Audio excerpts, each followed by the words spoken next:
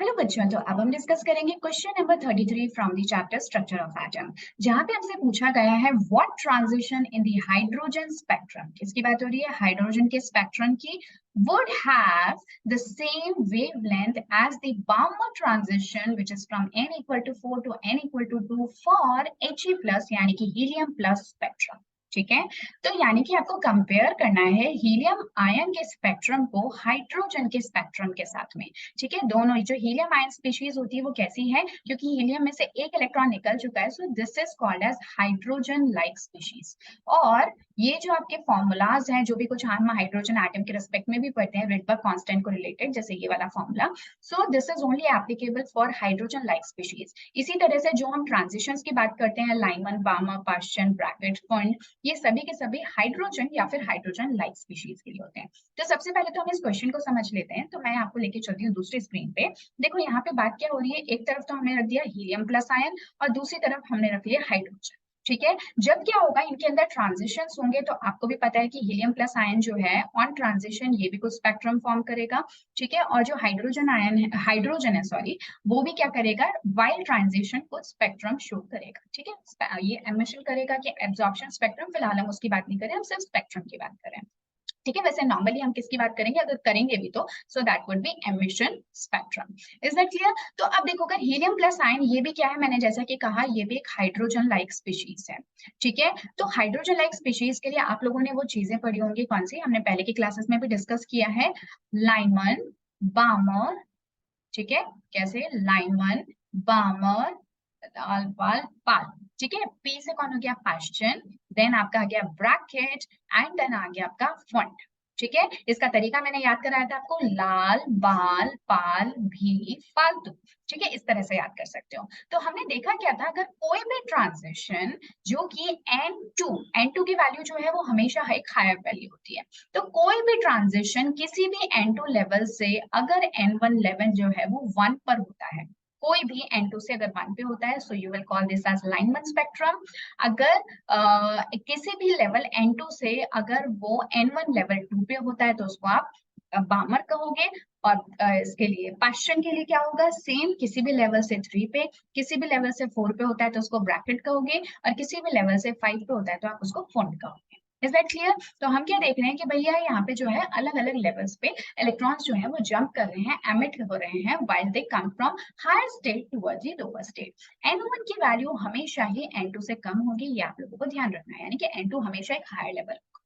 ठीक है, अब देखो यहाँ पे जो है बात किसकी हो रही है, बामर ट्रांजिशंस की। ठीक है, तो वो भी किसके लिए, hydrogen ion, sorry helium ion के लिए, जो कि एक हाइड्रोजन लाइक स्पीशीज है, उसके लिए बामर ट्रांजिशंस की बात हो रही है, जहां पे N1 की वैल्यू ऑब्वियसली कितनी होगी, 2। देखो ये तो फिक्स है, तो N1 की वैल्यू तो फिक्स 2 है, और N2 की वैल्यू जो है वो आपको 4 दे रखी है। इसका मतलब कि अगर मैं हीलियम के एक आयन की बात करूं, तो मान लेते हैं कि न्यूक्लियस है और ये डिफरेंट डिफरेंट एनर्जी लेवल्स हैं, तो हम क्या देख रहे हैं कि जो फोर्थ एनर्जी लेवल है उससे सेकेंड एनर्जी लेवल पे इलेक्ट्रॉन जो है वो जंप कर रहा है। ठीक है, and while it come here, वो क्या करेगा, कुछ ना कुछ एनर्जी को रिलीज करेगा। ठीक है, कुछ एनर्जी को रिलीज करेगा, और ये जो एनर्जी होती है, because this is the form of light, right, तो जो लाइट है उसकी आप डिफरेंट वैल्यूज को आप या तो एनर्जी के रिस्पेक्ट में एक्सप्लेन कर सकते हैं, लैम्डा के रिस्पेक्ट में एक्सप्लेन कर सकते हैं, फ्रीक्वेंसी के रिस्पेक्ट में एक्सप्लेन कर सकते हैं, या फिर वेव नंबर के फॉर्म में एक्सप्लेन कर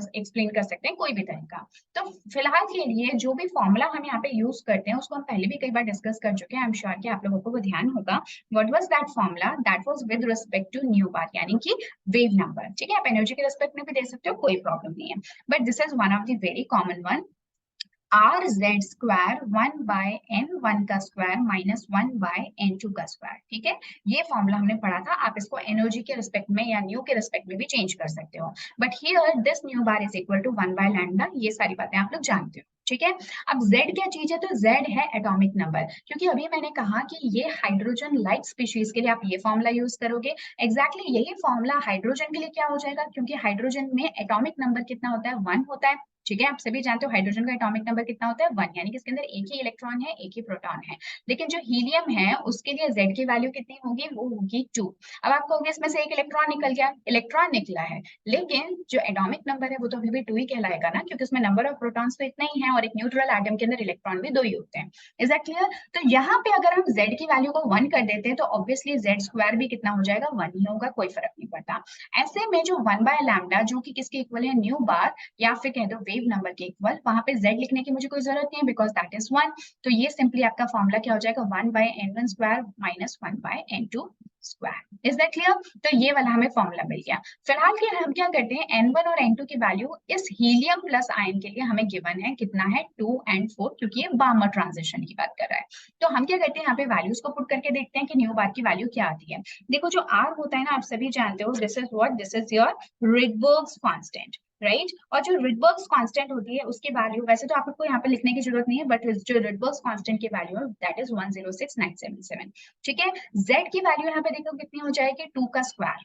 इज दैट क्लियर? 2 का स्क्वायर यानी कि आप डायरेक्टली 4 भी लिख सकते हो। 1 बाय n1 कितना है, n1 की वैल्यू है 2, तो यानी कि 2 का स्क्वायर, माइनस n2 की वैल्यू देखो कितनी है, n2 की वैल्यू है 4, यानी कि 4 का स्क्वायर। अब आप है ना एक बार पूरे इसको सॉल्व करना, बहुत सिंपल सा ये कैलकुलेशन होने वाला है, so you can just do this, ताकि मैं यहाँ पे ज्यादा टाइम ना दूं, मैं डायरेक्टली आपको न्यू बार की वैल्यू बता रही हूँ। सो न्यू बार की वैल्यू कितनी आ गई, 3/4 R आ गई।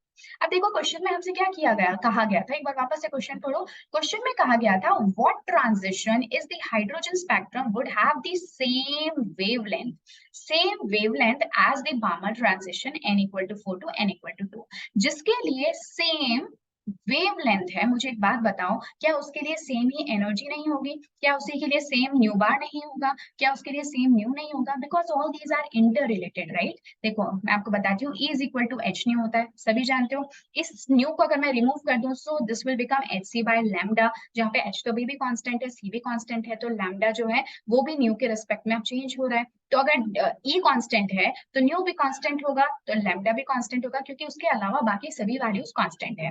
इस लैम्डा को अगर मैं रिमूव कर दूं, यानी कि अगर न्यू बार के फॉर्म में शो करूं, तो मैं इसको राइट कैसे कर सकती हूँ, एच सी न्यू बार, यानी कि ये भी तो कांस्टेंट हुआ। तो कहने का मतलब यहाँ पे ये है कि अगर सेम वेवलेंथ की बात हो रही है तो भाई आपका न्यू बार भी तो कांस्टेंट ही होगा ना, तो वो भी सेम ही रहेगा। तो जो भी कुछ इक्वेशन न्यू बार के लिए आई है वही न्यू बार की इक्वेशन यहाँ पे भी आएगी।